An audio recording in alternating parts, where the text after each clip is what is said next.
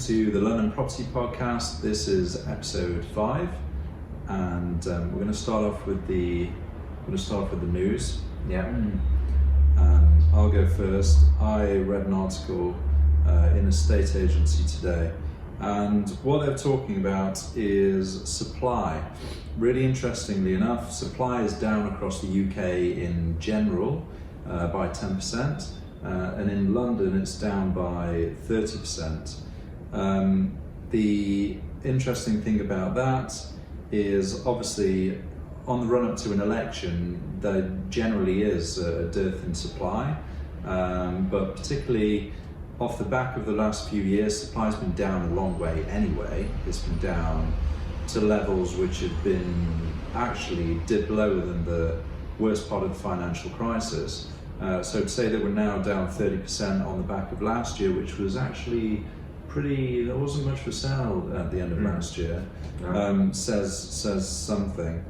And it's quite interesting because Marius has got another article to talk about this morning that then talks about where prices are due to go to. Probably off the back of this kind of setting that we're in now. So yeah, pretty much. Yeah, so a news article from the Evening Standard, Homes and Property, is just summarising Savills' latest annual housing market report. And essentially their predictions are based on certain key assumptions, but their house predictions over the next 5 years are that in prime central London areas, house prices will increase by 20.5% over the next 5 years. So, and what is really interesting about their research is that, as Chris said, we've had a period of 4 to 5 years where you've had this kind of decrease of prime central London property prices, and now we're going to see the flip side of that, the recovery of prime central London property, and we're going to see price increases. And you know, this increase is got many elements to it, and obviously they're based on certain key assumptions. One being that there's going to be a Conservative majority coming into place. 2, there's not going to be any changes to the stamp duty tax, right? And 3, that the interest rates are going to obviously slightly decrease over the next 5 years as well. Furthermore, increase. Thank you for correcting me. Yeah, increase. Furthermore, overseas buyers are actually the ones driving this kind of increase in prices, because given the weaker pound that we've experienced over the last 2-3 years, this allows, for example, somebody in the States with the discounted on prices plus the discount on the pound and the currency they get, you can get actually discounts up to 43%. You touched on it in a very similar article we did, I think, in the first week, where you're looking at discounts if you're a US buyer up to nearly half of that, the prices we had in 2014. So that's an incredible value for somebody who's buying property in prime central London, and they have US dollars. And then they also kind of reckon that the rest of London, so outside of the prime central London areas, outside of London, is going to be still quite sluggish. So it's very interesting how the luxury property market, what we call the prime central London market, in many ways it reacts very different to the other core markets in London, the kind of the normal property areas in London. So in many ways slow and steady for the rest of London, but for prime central London we're going to see an increase, a healthy increase, driven by all of this overseas investment coming in, the weaker pound.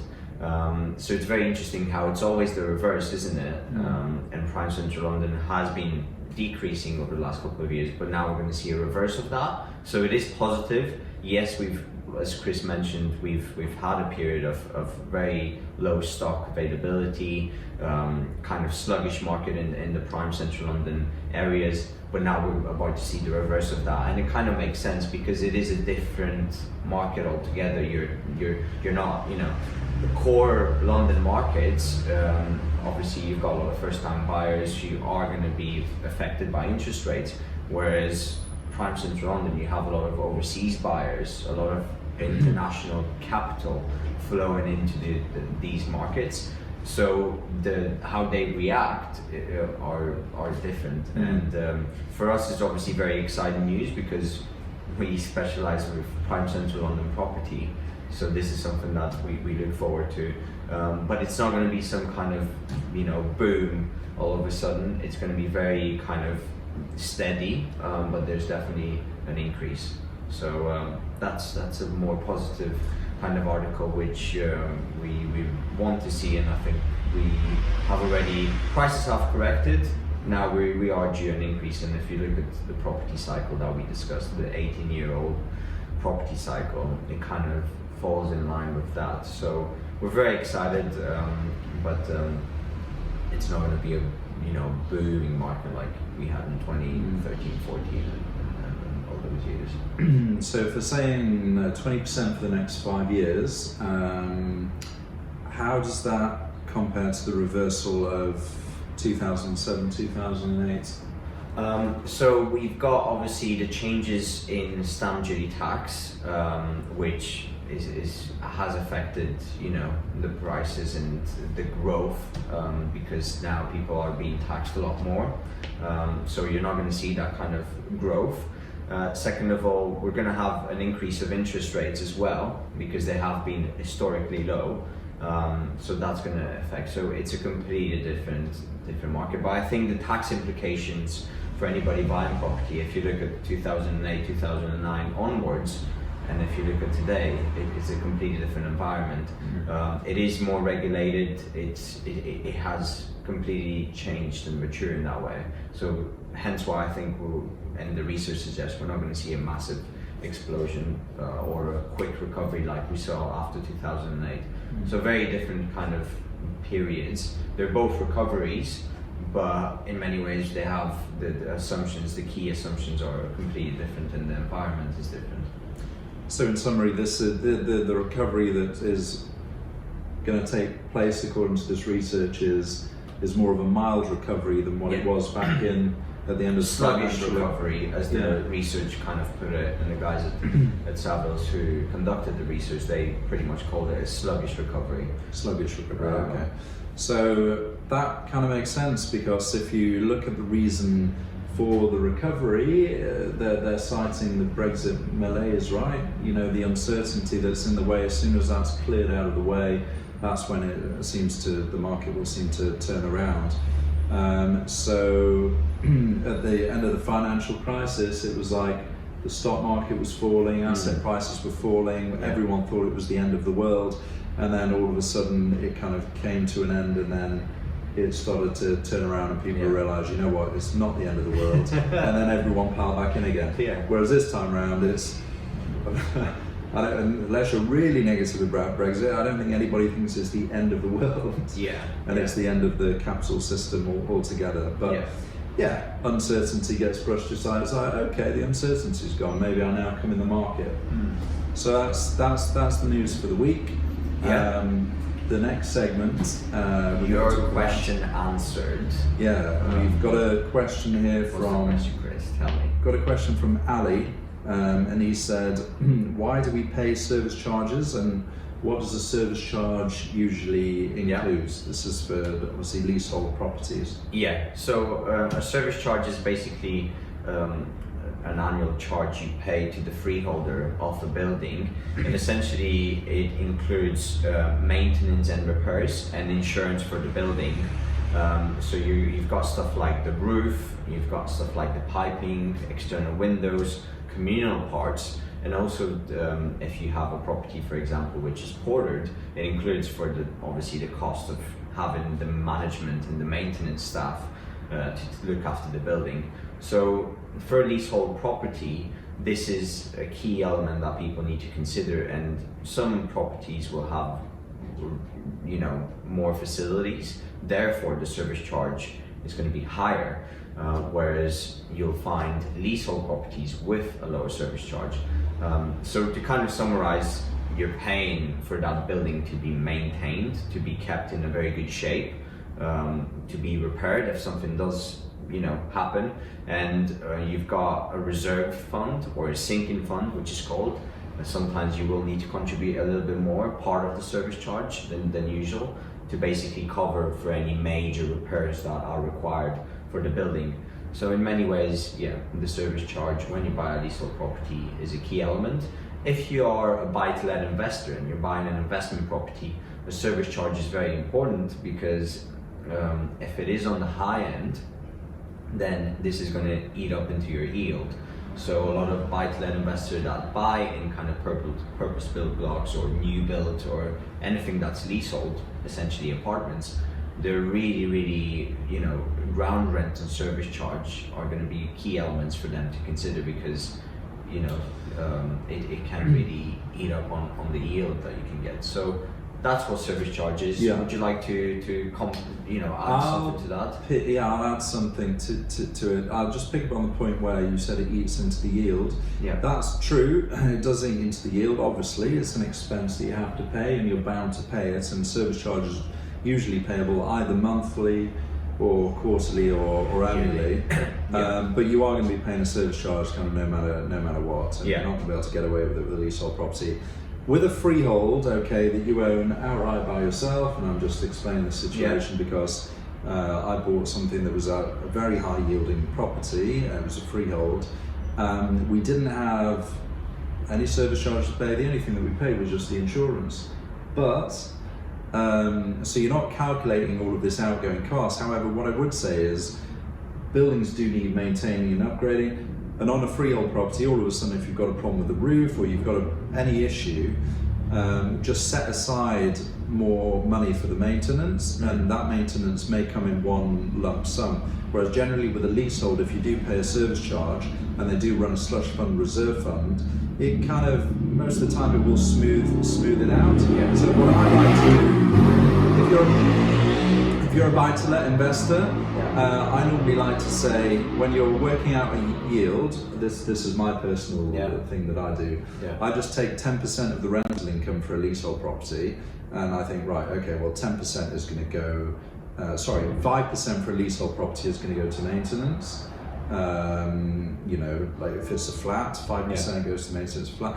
If it's something that I own the freehold on that I don't pay a service charge, I'll set more like 10% aside. So I'll set double the amount of the rent aside in order to kind of pump back into the property. So initially speaking, when you do your figures on it, a leasehold property looks like you're paying more money out, and it decreases the yield for an investor. But don't be fooled, because properties do need maintaining. So absolutely. I think that's a great tip, actually, because a lot of people think, freehold, I don't pay service charge, but like Chris said, there will be a maintenance bill to pay eventually. Therefore, set aside 10%. Better to have it, and better for it not to come as a massive surprise and for it to then to hole in your pocket if you have to do roofs or piping or anything major. So that's a great tip. We've incorporated a weekly top tip with our question answered. Right, so now we can move on to sale of the week, right? So sale of the week for us, as it closes, it reaches close to exchange and completion, is a property in Maitland Court. It's a 3/4 apartment in a purpose-built block, very close to Lancaster Gate, W2. It's got a lot of potential. It's a property that hasn't been lived in for 20 years, something like that. It's incredible. It's like a time machine in many ways. So it needs complete refurbishment. It does need to, a lot of the walls to be kind of shaped, because it has a funky layout. But I guess that is a great deal, and the reason why we've picked it for this week's sale of the week, simply because even after refurbishment, the location, you're overlooking actually Hyde Park, the location is absolutely brilliant, and you've got 1,800 square feet, which is a lot of space that you can really, I think a really comfortable 3-bed would work really well in that location. 4-bed, probably not so much, but a really comfortable 3-bed. So in many ways, that is the sale of the week. It's a great deal. After a 200k refurbishment, 250, that is a really, really great property in a fantastic location. I mean, it's 2 minutes walk from the park. So that's the reason why we kind of picked the sale of the week. Yeah. Chris, is there anything I missed on it? Why it makes it a great sale of the week? I think what a good thing to do with that property is to maybe put a link, and then we could maybe recap on what happens with it after the buyer buys it and refurbs it, if they let us go back around and take a little video and explain to us what they've done with it. I think that would be very interesting for viewers to see, what they paid for it, and what it's worth finished, and what they've kind of changed with the layout. I think that'd be good for us to do. Yeah. All right, great. And I guess that leads us on to hot listing of the week. Would you like to? Yeah, the hot listing of the week is, well, it's multiple listings actually. In hot development. Hot development is Paddington Gardens. So this is a new development. It's 4 towers actually, of around about 90 flats in each tower. And quite a few of them are sold off. There's probably a third of the building left for sale. And I think the interesting thing about this is a residential development. Prices in Paddington Basin, it's right next to Crossrail in Paddington Basin. Prices in that development, we're going for, well, in that area, we're going for in the region of £1,700 a square foot, £1,800 a square foot. Now the price on this development is more like £1,550 per square foot, so it's come down quite a lot. And the interesting thing is, people from abroad who just want something that's a turnkey investment, it's a great investment for them. One, because Crossrail is still not open yet, so you're buying in to a price that I don't think has fully been factored in yet with Crossrail, because many people are buying in this building, or the developer actually has let some of the apartments out. But the thing is, as soon as Crossrail opens, it's going to connect you so much more easily with the city, Canary Wharf. At the moment, to get to Canary Wharf, it's going to take about 45 minutes commute, but as soon as Crossrail opens, it's been delayed, it's 20 minutes. So think about somebody in the city as soon as that is open and operational, they might not have chose to live in Paddington Gardens before, but as soon as it's open, they will do. So my view is you're going to get a much higher demand of tenants who are going to want to be in that development. So the reason we're putting it as deal of the week: 1, brand new residential development. 2, obviously the seller's keen to kind of get units shifted. The pound per square foot's come down significantly. And 3, where else can you buy in Zone 1 Central London for residential development that's going to be opened up on a Crossrail line? Not many. And the fact that you can get in just before Crossrail opens and your yield will be lifted, sure, there's no doubt about that. It's going to be more desirable for tenants as soon as that opens. So I think we'll put a link to that development for you. Yeah, and I think it goes on with the articles that we were talking about. Prices have decreased, hence why, initially the price per square foot was something. Now it's obviously decreased, but like we said, the prediction is that for prime central London, and that includes Paddington Basin, by the way, it will increase. So now it's actually a great time for you to kind of pick up a property which previously was more expensive. It dropped in price, but it's set to go up again.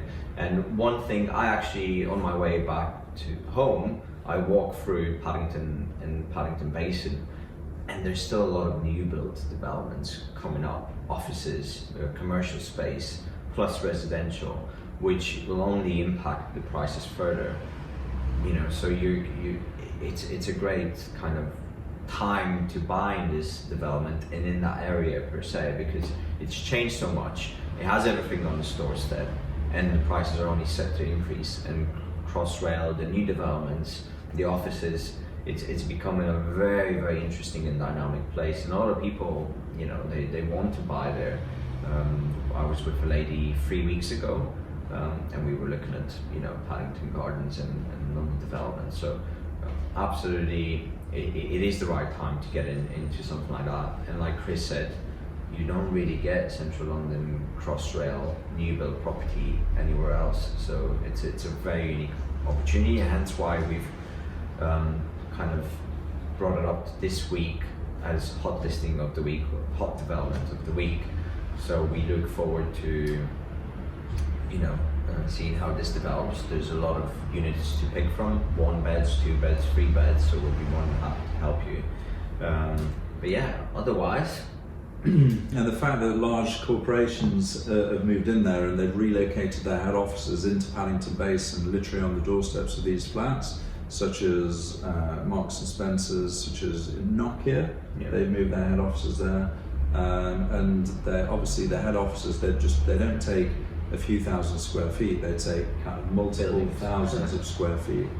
And there's several others as well, I can't remember off the top of my head, but several have relocated over the past several years. And that's because, one, the connection to Heathrow, you've got the Heathrow Express on the doorstep, so these multinational companies with employees flying in from around the world. And then 2, I guess, the connection across to the city. It seems like a perfect kind of place to be. So corporations have identified that. Some end users need telling about it. That's why we're doing this podcast. Well, that's the whole point, yes, to provide value and to let you guys know of stuff that is a great deal, whether you're buying for yourself or for investment. So definitely something to look out for. Get in touch. We can show you the development, and you can see for yourself the hype and the buzz around. So yeah, that concludes our 5th vlog.